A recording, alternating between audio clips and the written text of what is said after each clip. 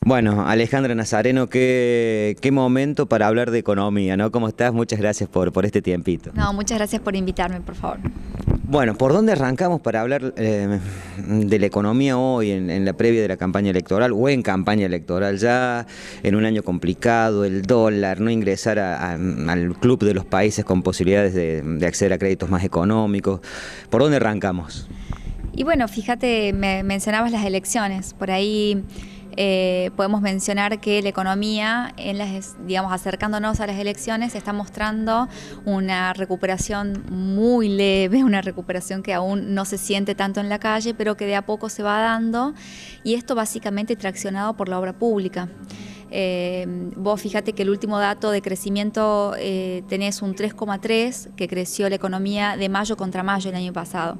Ahora, los datos hay que analizarlos bien, no hay que tomarlos así muy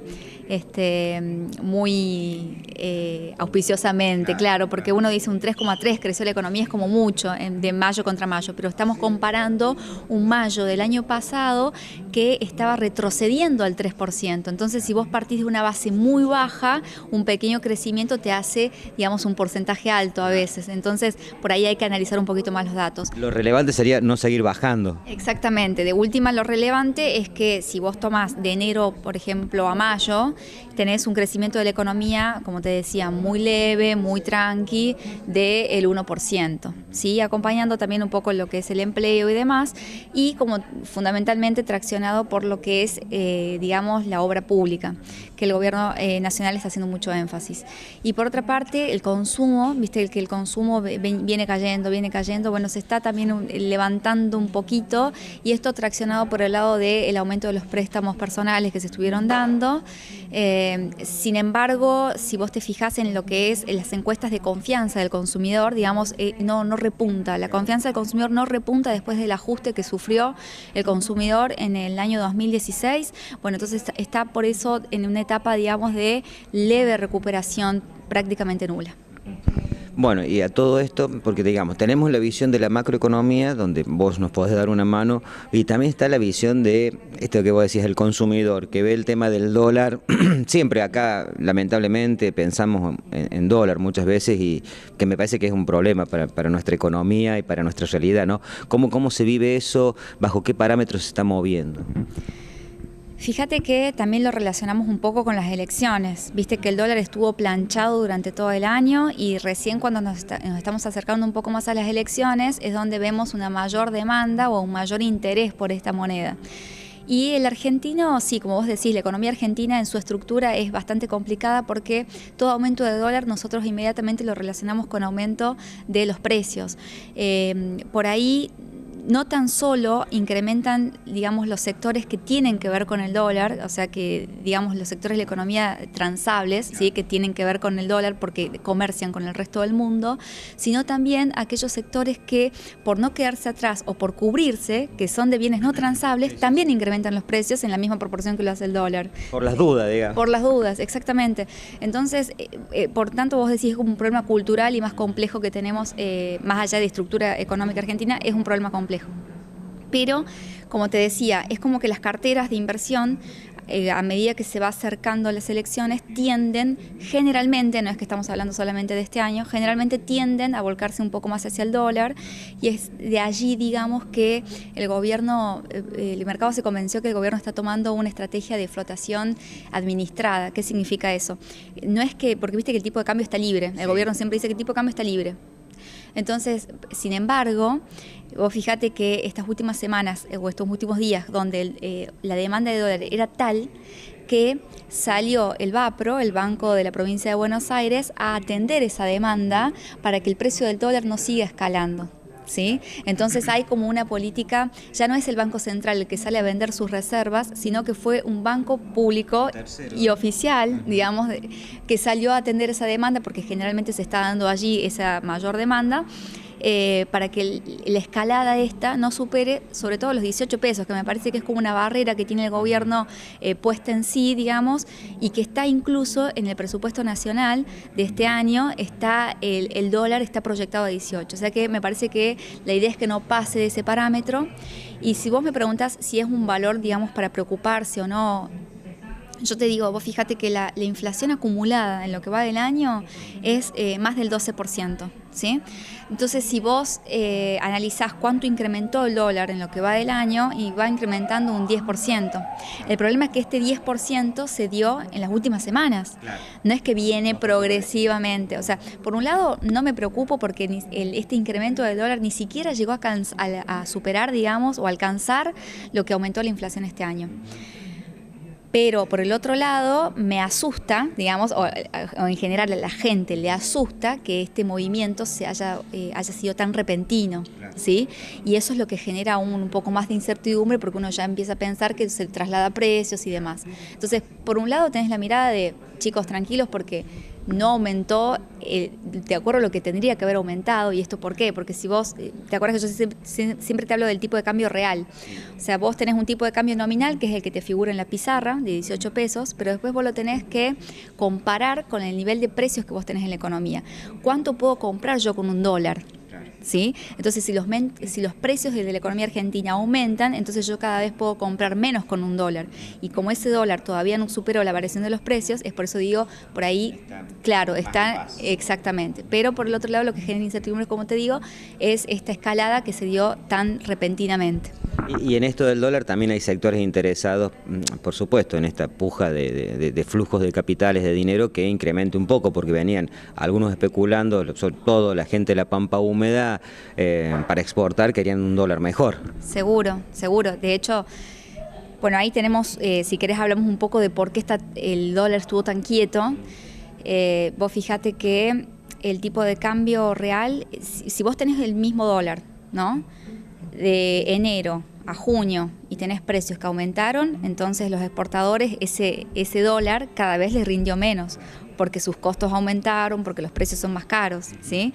Entonces por eso ellos, los industriales también siempre piden un dólar más caro. Entonces ahora con este tema de que el dólar está aumentando y qué sé yo, eso genera que los exportadores guarden para el mejor momento del dólar, ahí recién decidir hacer las exportaciones, ¿no? El problema del dólar, digamos, de por qué estuvo tan bajo y por qué está en un nivel aún, digamos, inferior a la inflación, vos tenés una entrada de capitales muy grande, ¿sí? Una entrada de capitales del resto del mundo muy grande. Entran muchos dólares a la economía argentina, ¿sí? ¿Por qué? Porque vos también, para combatir un poco esta escalada del dólar, que hizo el Banco Central, aumentó las tasas de interés de las LEBAC para decirle a la gente, fíjate, claro, no te vuelques al dólar, sino que el peso está rindiendo mucho más.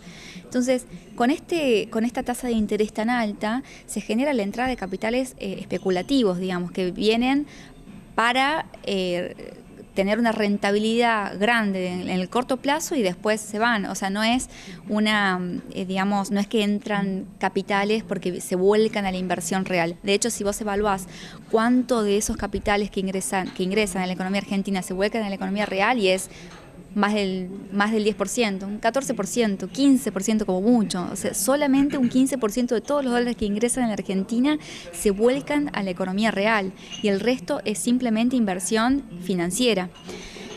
Entonces, toda esa entrada de capitales lo que hace es, obviamente, si yo tengo más dólares en la economía, ese precio del dólar se va como planchando, ¿sí? A mayor oferta, menor precio.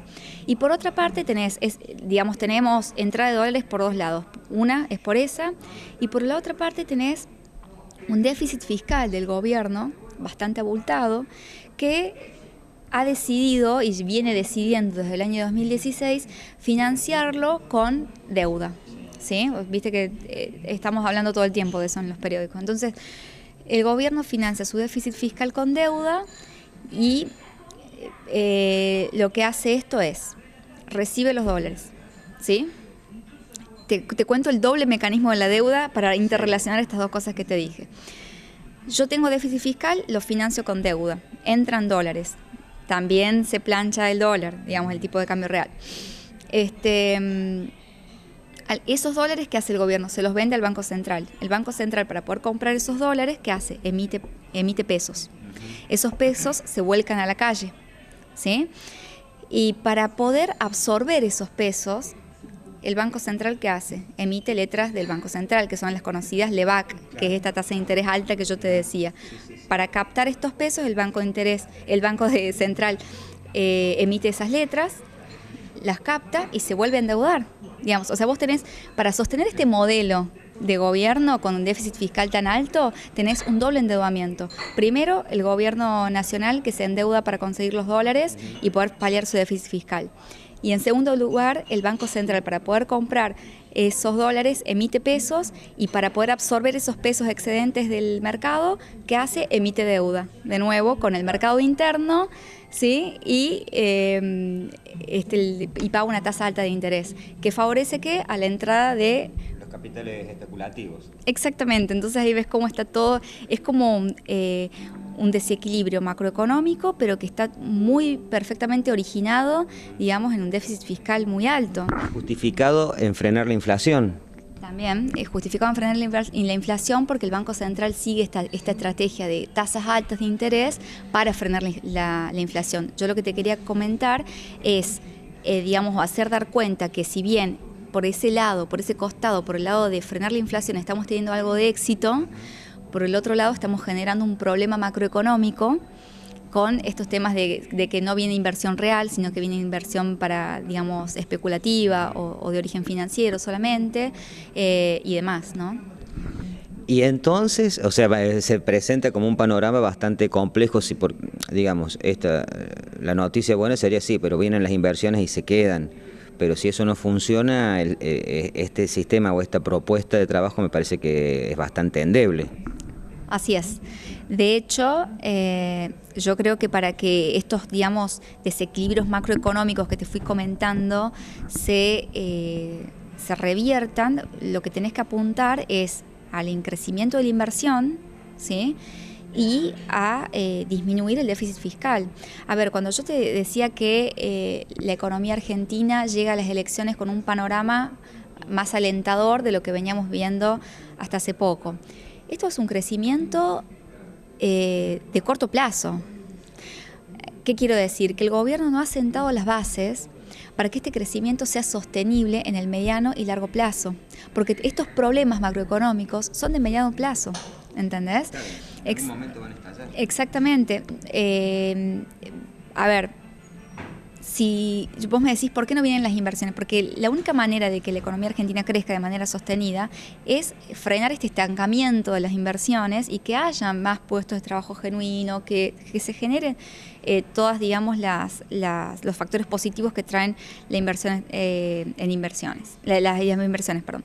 Entonces, lo que quiero decir es, si no están dadas las condiciones para que vengan las inversiones, y esto que quiero decir, si vos tenés una economía con una presión fiscal agobiante en el sector privado, si tenés costos laborales altos, si tenés una tasa de interés sin hacer ningún esfuerzo que te rinde mucho más que cualquier inversión, entonces, ¿cuáles son, digamos, los incentivos que vos estás generando en el resto del mundo para que vengan las inversiones? En realidad no estás generando incentivos. Entonces, vos la única manera que vas a tener, si vos ves, a su vez, que este gobierno no hace mucho esfuerzo por bajar el déficit fiscal, no te genera eso tampoco un nivel de confianza, por decir, apuesto a la Argentina, entonces, si vos tenés que apostar básicamente, esto lo quiero remarcar, a disminuir el déficit fiscal y a incrementar, digamos, los incentivos para que realmente las inversiones vengan y sean estables y se traduzcan en la economía real. Para colmo, los datos a nivel internacional no son buenos, porque justamente por un poco, me imagino yo que por todo este análisis, tampoco Argentina fue aceptada en su momento, que se habló hace 2 meses atrás, mes y medio, de en qué lugar estaba sí, para... economía emergente, ¿no? Eso, sí, eso... Evidentemente el resto del mundo no ve que haya un cambio rotundo como para habernos... Sin embargo, el gobierno, por ejemplo, dice, en realidad el resto del mundo nos está viendo muy bien porque nos presta 100 años. Claro. Viste que estuvimos hablando hace poco también de esta deuda de 100 años. Y básicamente yo te puedo decir, vos cuando tomás una deuda, digamos, ¿qué análisis decís? ¿Cuáles son los componentes de la deuda? Primero el plazo, 100 años. Vos decís, ¿es una cosa alocada 100 años? Y bueno, aparentemente hay países que han hecho endeudamientos a muy largo plazo, por lo tanto decís, bueno, lo dejo pasar, ¿no? Después decís, el monto, 2.700 millones, para el mar de deuda que está tomando el gobierno, no parece ser una deuda significante. Ahora, cuando vos ves la tasa de interés cercana al 8% y ves que estos países que consiguieron estos plazos se endeudaron a 3 puntos menos, entonces ahí decís, entonces tanta confianza no me tienen, me están pidiendo, porque vos sabés que en las finanzas es así, a mayor riesgo, mayor tasa. Entonces tanta confianza no me tienen, me prestan a 100 años, pero me están dando una tasa bastante cara. Y por otra parte, cuando vos analizás la finalidad, y esto es importante, vuelvo al tema central, el déficit fiscal. Si yo, en una economía familiar, cuando vos analizás, por ejemplo, un emprendimiento, decís, bueno, yo para llevar a cabo un emprendimiento me voy a endeudar. ¿Cuál es el análisis básico que haces? Si ese emprendimiento te va a generar la rentabilidad para que vos puedas atender el negocio y además pagar este crédito. ¿Sí? Pero ¿qué pasa si yo me estoy endeudando para pagar alimentos? Tengo un problema porque no tengo ninguna rentabilidad para poder hacer frente a ese préstamo que estoy tomando hoy en día. Y el gobierno está tomando préstamos para gastos corrientes. Entonces está, también lo hace para gasto de capital, no digo que no, pero el gasto corriente es lo que hoy se lleva mucho. Entonces, si no ponemos atención en eso, vamos a tener un problema. Bueno, es un panorama complicadito sobre todo para el mediano plazo, me parece. Para el largo plazo ni hablar, vaya a saber, este país tiene tantas alternativas que no se sabe, pero el mediano plazo posteleccionario es complicado. Es complicado, sin embargo, no es que estoy diciendo estamos en una situación 2001, estamos muy lejos. El tema es que tenemos que aprender de errores pasados. Por ejemplo, en el 2001 nosotros a veces postergábamos, ¿cómo llegamos al 2001? Postergando decisiones que había que tomarse y después estalló. Entonces, si uno, más allá de estar muy lejos de esa situación, hace lo mismo de postergar, ya sea por elecciones, por esto, por lo otro, en el mediano plazo, como vos decís, vas a tener un problema. Y que son estos desequilibrios macroeconómicos que estuvimos charlando. Y esto obviamente impacta en las regiones, impacta en nuestras economías. Así es. Bueno, hace menos de un año, lo triste de esto es que hace menos de un año tuvimos una conversación nosotros y que la dedicamos exclusivamente a economías regionales.